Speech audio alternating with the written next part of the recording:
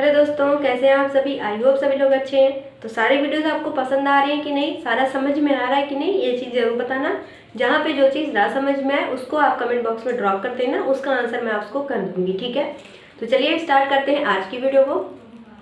देखो, सबसे पहला जो क्वेश्चन है आज का वो क्या है, उत्तराखंड जब नया राज्य बना तब यह भारत का कौन से नंबर का राज्य बना था। मतलब क्या है, क्वेश्चन पूछना क्या चाह रहा है कि जब उत्तराखंड एक नया राज्य बनकर निकला यूपी से अलग होके, तब ये भारत के कौन से नंबर का राज्य था।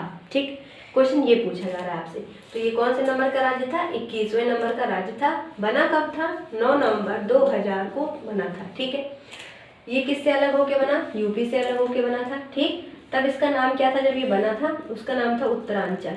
क्या था नाम, उत्तरांचल। ठीक है, और कल की वीडियो में मैंने आपको बताया था कि उत्तराखंड के पहले सीएम कौन थे, उनका नाम क्या था, नित्यानंद स्वामी। ठीक, नाम उनका याद रखिएगा।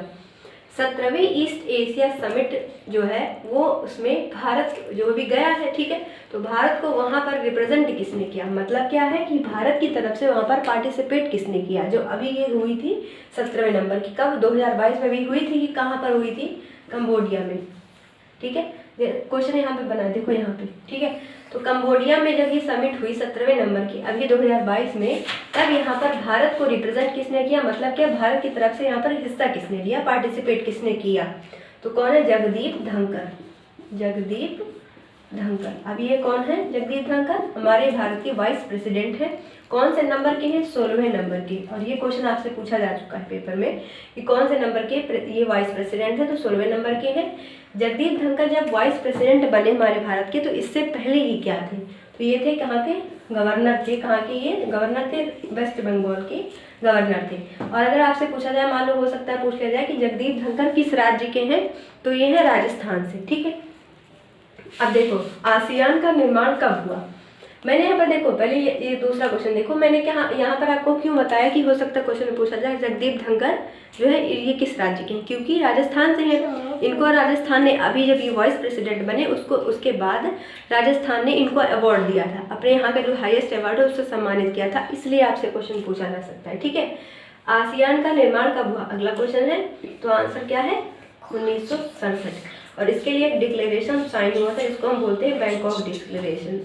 किसको बोलते हैं, बैंकॉक डिक्लेरेशन। कब हुआ था, 1967 में। तब क्या बना, आसियान बना। ठीक है, इसका फुल फॉर्म हो सकता है आपसे पूछ लेना, तो याद रखो एसोसिएशन, इसका फुल फॉर्म क्या होता है, association of south east Asian nation. ठीक है, याद हो गया।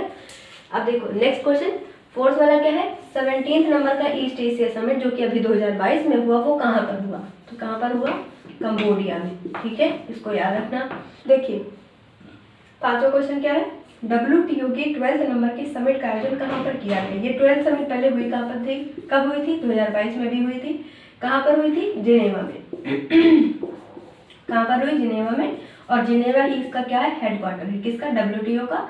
अगर आपसे मान लो इसका पूछा जाए फुल फॉर्म, यहाँ पर मैं हेडक्वार्टर लिख दूँ, अगर इसका मान लो पूछा जाए फुल फॉर्म, तो क्या होता है, वर्ल्ड ट्रेड ऑर्गेनाइजेशन। ठीक है, फुल फॉर्म कई बार पूछा जाता है। छठा क्वेश्चन क्या है, सबसे बड़ा ट्राइबल म्यूजियम कहाँ पर ओपन हुआ, तो ये कहाँ पर हुआ, गुजरात में। ठीक है, क्या पर हुआ, गुजरात में। और हाँ, इस टाइम गुजरात थोड़ा ज़्यादा न्यूज़ में है, इसीलिए क्या करना आपको, गुजरात की जितने भी न्यूज़ आपको मिले सारे न्यूज़ आपको अच्छे से पढ़ के रखनी है। ठीक है, देखो अब 6 क्वेश्चन हमने कर लिए, अब हम नेक्स्ट क्वेश्चन करते हैं।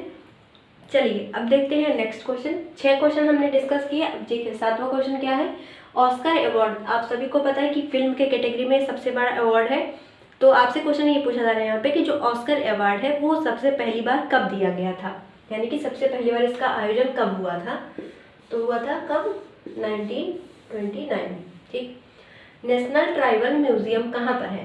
देखो अभी मैंने इसके पहले क्वेश्चन आपको कराया कि सबसे बड़ा ट्राइबल म्यूजियम कहाँ पर है, उसका आंसर था गुजरात। लेकिन यहाँ पे क्वेश्चन ये पूछा रहा है कि जो राष्ट्रीय जो है ट्राइबल म्यूजियम वो कहाँ पर है, तो ये इसका आंसर गलती से भी गुजरात करके मत आना। इसका आंसर क्या है, झारखंड। क्या है, झारखंड। ओके, झारखंड की जो राजधानी है वो क्या है, रांची। झारखंड को कौन से राज्य से अलग करके बनाया गया था, तो इसको बनाया गया था किससे अलग करके, बिहार से। कब, 2000 में। ठीक, लॉ कमीशन ऑफ इंडिया के चेयरपर्सन किसे बनाया गया है, तो इसका आंसर क्या है, ऋतुराज। क्या है, ऋतुराज अवस्थी। ऋतुराज अवस्थी किसके हेड है? लॉ कमीशन ऑफ इंडिया के। हो सकता है यही पूछा जाए कि हाल ही में ऋतुराज अवस्थी को किसके चेयरपर्सन के रूप में बनाया गया है, अपॉइंट किया गया है? तो आंसर बनेगा क्या? Law commission of India. ठीक है, अब क्या लिखा है? 10वां क्वेश्चन क्या है? चेवलियर सम्मान। पहले तो ये जानो, जो चेवलियर अवार्ड है वो कहाँ से मिलता है? ये है फ्रांस का हाईएस्ट अवार्ड। किसका है? सबसे ज़्यादा, जैसे हमारे यहाँ भारत में क्या होता है, भारत रत्न हमारे का सबसे बड़ा अवार्ड होता है, वैसे ही फ्रांस का जो सबसे बड़ा अवार्ड होता है वो क्या है? चेवलियर सम्मान। ठीक है, चेवलियर अवार्ड। तो आपसे पूछा जा रहा है कि ये हाल ही में किस भारतीय को दिया गया है? तो आंसर क्या है इसका? अरुणा साईराम। अरुणा साईराम। ये जो अरुणा साईराम है वो किस राज्य से बिलोंग करती हैं? कर्नाटका से। और ये क्या है? सिंगर है। ठीक है, हो सकता है इस तरीके से आपसे पूछा जाए कि हाल ही में चेवलियर सम्मान, जो कि फ्रांस का एक सबसे बड़ा अवार्ड है, वो अरुणा साईराम को दिया गया, ये किस क्षेत्र से बिलोंग करती हैं? क्वेश्चन आजकल इस तरीके से पूछा जाता है। तो आंसर याद रखिएगा, क्या है? ये सिंगर है, गायिका है। कहाँ से है? कर्नाटका से बिलोंग करती हैं। इनको क्या मिला है? फ्रांस का सबसे बड़ा अवार्ड दिया गया है। ठीक है, तो इतनी सारी चीज़ें आज आपके लिए है। और हाँ, फ्रांस की जो राजधानी है वो क्या है? पेरिस। ये तो सभी को पता होगा ना, जो सबसे आसान सवाल है। फ्रांस की राजधानी क्या है? पेरिस। ठीक है, अब इतनी सारी चीज़ आपको पता होनी चाहिए। और हाँ, एक चीज़ और याद रखो, फ्रांस और स्पेन, फ्रांस और जो स्पेन है, इन दोनों की टेरिटरी है। इन दोनों के बीच में एक जो है देश बसा हुआ है, जिसका नाम क्या है? एंडोरा। इसका नाम क्या है? एंडोरा। ठीक है, तो ये याद रखना है।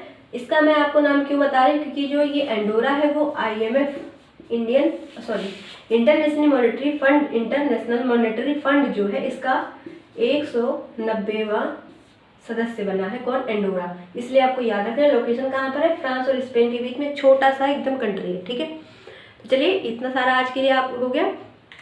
अब मिलेंगे हम अगले लेक्चर में। तब तक के लिए सारी वीडियोस को अच्छे से पढ़िएगा, दोस्तों के साथ इस वीडियो को जरूर शेयर करिएगा। ठीक है, मिलते हैं अगले लेक्चर में। तब तक के लिए थैंक यू।